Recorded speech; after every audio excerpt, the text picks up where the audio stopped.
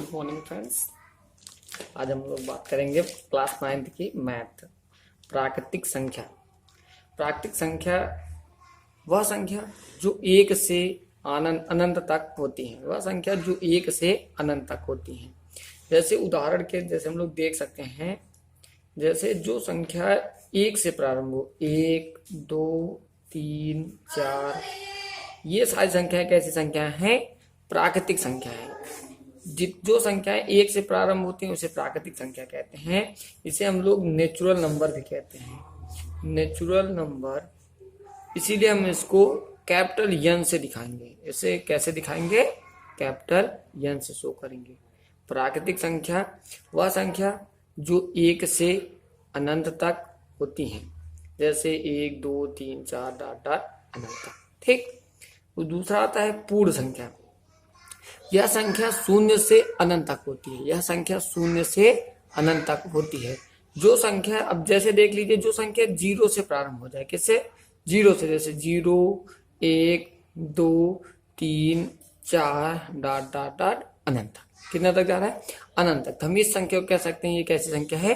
पूर्ण संख्या है। तो आप 0 देख रहे हैं और प्लस ये पूरी कैसी संख्या है? पहले वाली नेचुरल नंबर, मतलब इसको क्या कहेंगे? एन है। 0 प्लस एन। और पूर्ण संख्या को कहते हैं इंग्लिश में होल नंबर। पूर्ण संख्या क्या कहते हैं? Whole number. अब होल नंबर कह रहे हैं तो इसलिए इसको जो हम लोग क्या करेंगे, होल नंबर रहने को इसको W से प्रदर्शित करेंगे। तो W बराबर हो जाएगा 0 प्लस एन। मतलब अगर आपको पूर्ण संख्या प्राप्त करनी है, 0 में ही नेचुरल नंबर को ऐड कर दीजिए। ठीक। उसके आगे आता है पूर्णांक। पूर्णांक सभी पूर्ण संख्याओं के साथ साथ ऋणात्मक संख्या मिलकर पूर्णांक बनती है। मतलब जो संख्या धनात्मक भी हो, कैसे हो? धनात्मक हो, और जो संख्या ऋणात्मक हो, दोनों संख्या क्या होंगी? पूर्णांक मिला के बनाई जाएंगी। ऋणात्मक जैसे -5 -4 -3 -2 -1, मतलब ऐसी सारी संख्याएं कहाँ तक? अनंत तक। और पूर्णांक संख्या भी +1 2 3 4 डॉट डॉट कहाँ तक? अनंत तक। मतलब प्लस की सारी संख्याएं और ऋणात्मक की सारी संख्याएं, 1 से लेकर अनंत तक ये, और 1 से लेकर अनंत तक ये, दोनों मिला के बनाएंगे क्या? पूर्णांक संख्या बनेगी। मतलब आप लोग नंबर संख्या पे दिखा सकते हैं, नंबर लाइन पे ये 0 है, यहाँ 1 2 3 4 5, 1 2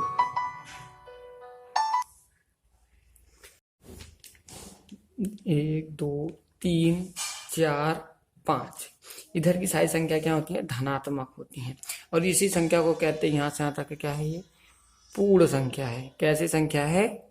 ये सारी संख्या है पूर्ण संख्या। और इधर जो माइनस में आएंगी, -1 -2 -3 -4 -5, तो इधर की सारी संख्या ऋणात्मक कही जाती हैं। कैसे की जाती हैं? ऋणात्मक संख्या। और इधर पूर्ण संख्या भी कहते हैं, ये धनात्मक संख्या भी कहते हैं। क्या कहते हैं? धनात्मक संख्या। अब देखिए, अब इसी संख्या रेखा पे देख लीजिए, यहां से यहां तक की सारी संख्या क्या है? प्राकृतिक संख्या है। ये क्या है? प्राकृतिक संख्या। प्राकृतिक संख्या है, ये पूर्ण संख्या है। और इधर अगर पूरी संख्या ले ली जाएंगी, ये कैसी है? पूर्णांक है। ठीक। अब आगे बढ़ते हैं। अब इस संख्या में, संख्या पद्धति में ही सबसे आगे आता है चौथे नंबर पे अभाज्य संख्या। एक से बड़ी होनी चाहिए। एक से बड़ी संख्या जो एक या स्वयं के अलावा किसी अन्य से ना कटे, किसी से भी विभाजित ना हो या फिर ना कटे। मतलब जो संख्या एक से बड़ी हो। एक से बड़ी क्या है? 2। अब 2 देखिए कौन कौन काटेगा? 2 को सिर्फ 1 काट पाएगा या फिर स्वयं 2 काटेगा। मतलब ये क्या है? अभाज्य संख्या है। अब 3 को कौन काटेगा? 1 काट सकता है, 3 काट सकता है स्वयं।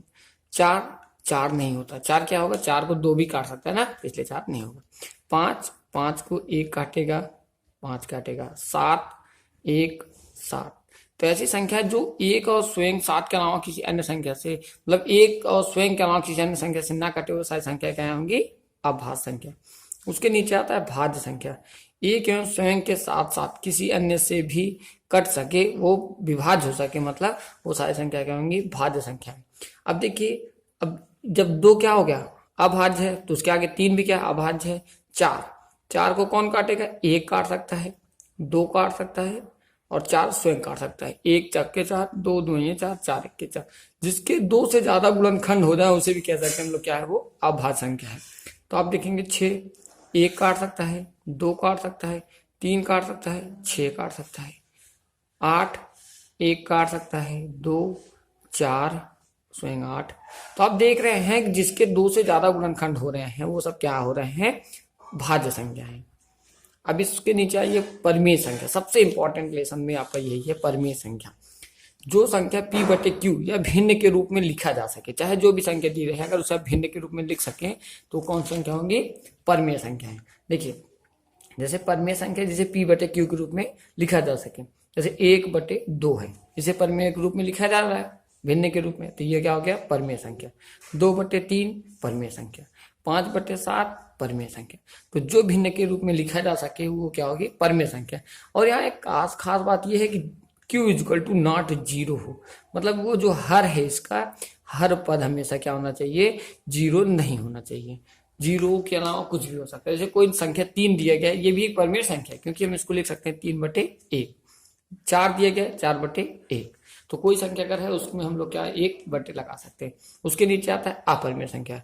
वे संख्या है जिसे p बटे q ग्रुप में ना लिखा जा सके, मतलब जो p बटे q ग्रुप में लिखा ना जा सके।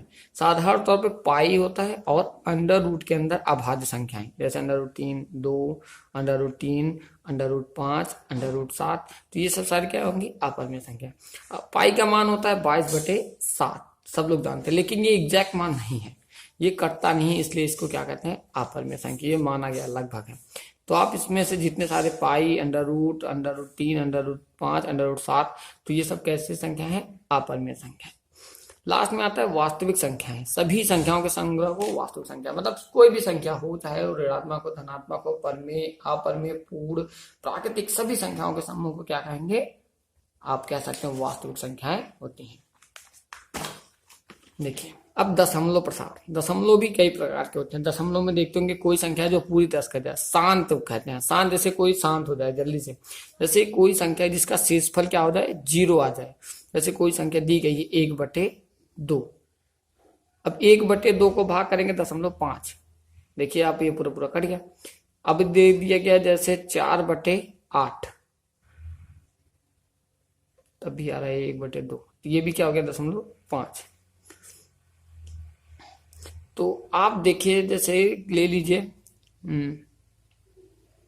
2/5। अब 2 में 5 से भाग करिए, 5 से 2 में भाग। यहाँ देखेंगे 5 के दशमलव लगाएंगे, 0 बढ़ाएंगे, 5 चौका 20 आएगा, यहाँ कट गया। पूरा शेष कितना बचा, 0 बचा। तो ऐसे जिसके शेषफल क्या हो जाए, 0 प्राप्त हो जाए, वो सारी संख्या क्या होती है, शांत होती है। शांत दशमलव प्रसार कह सकते हैं। अब दूसरा एक शांत होता है, दूसरा होता है अशांत। दूसरा क्या होता है, अशांत, जिसमें 0 शेष में ना बचे, जिसका 0 शेष क्या हो ना बचे, उसे कहेंगे अशांत। और 0 से 2 कंडीशन पर नहीं बचता है। एक बार होता है कि 2 पुनरावृत्त होती है, मतलब वो सारी संख्या दोहराई जाती रहती है।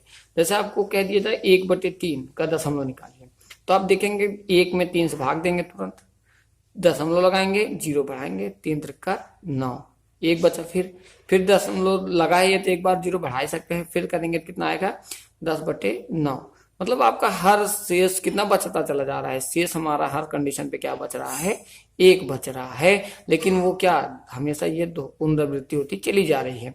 मतलब 1/3 का मान कितना आ रहा है, 0.33333, मतलब ये अनंत बार तक आ रहा है। लेकिन ये क्या हो रहा है, दोहराया जा रहा है, पुनरावृत्ति हो रही है, इसे क्या कहेंगे, आवृत्ति हो रही है। तो इसलिए कहेंगे अनुवसानी आवृत्ति आशांत है। मतलब आसान तो है लेकिन वो अनुवसानी आवृत्ति का आशांत है। उसके आगे आता है अनुवसानी अनावर्ती आशांत। मतलब इसमें क्या होता है, इसमें भी शेष क्या होगा, शून्य नहीं होगा। इसमें शेष की पुनरावृत्ति ना होकर ना हो और शेष भी शून्य ना हो, मतलब शांत, जैसे कि ना कि शून्य भी ना आए इसका, और जो पुनरावृत्ति हो रही वो भी पुनरावृत्ति ना हो। इसमें खास सिर्फ 2 ही है, एक है पाई और एक है √2। अब देखिए जैसे पाई का भी मान रखेंगे 22/7। आप 22 में 7 से भाग करेंगे, 22 में 7 से भाग करेंगे तो 7 त्रिक 21 कट गया, 1 आया, दशमलव लगाएंगे, 0 बढ़ाएंगे, 7 त्रिक 7, 3 आया, फिर 0 लगा सकते हैं, 7 चौका 28, फिर देखिए ये जो भाग है ये कभी भी न दोहराया जाएगा और न ही जीरो आएगा, तो ऐसे कैसे कहलाते हैं इसे? इसे कहेंगे अनुआसानी अनावर्ती असांख्य।